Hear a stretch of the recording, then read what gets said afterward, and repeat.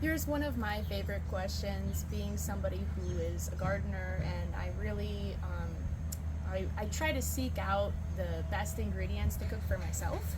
So, as somebody who's cooking professionally, for events, uh, where do you source your ingredients, and how important do you think having good ingredients is?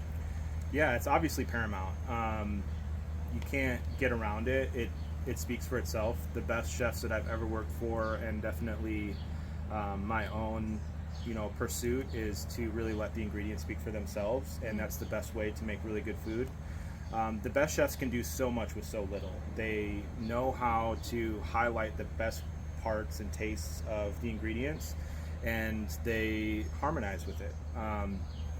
The bad ones are pulling things and trying to make things there that aren't, and that happens a lot with just working with crummy stuff. Um, I get my ingredients from a lot of different places. There's certain, I'm certainly limited by you know the comings and goings of life, and so I have to get things um, where I can, and sometimes that's a grocery store, but when I can, it's a farm, and most importantly, it's from people that care about what they're doing. So nowadays, logistics are so good that I can get a lot of things FedEx next day. So I have a purveyor on the East Coast called Brown Trading, which is really popular in the personal chef community and restaurants as well. But they source and ship basically overnight. So you can place a seafood order with them and get it next day. So seafood, I usually go from them. There's a company on the West Coast called Foods in Season, and they procure and manage and ship foraged goods, mushrooms, scapes, and berries. They have relationships with farmers and ranchers to get proteins.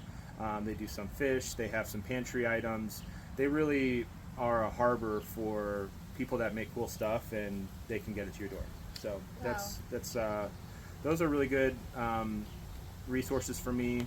We locally we started partnering with a farm called Tulip Tree Farm, which has most of the ingredients that I'm using today, Great. um, and they kind of do that too. They are conservationists and growers, but they really are kind of moving into a new season where they're collecting products from other farms and other local growers and working as a kind of a distribution hub to get it into the food supply, um, by ways of supplying small guys like me, and all the way to they work with food banks and other bigger distribution outlets to connect local growers to the bigger food supply. So those are a few.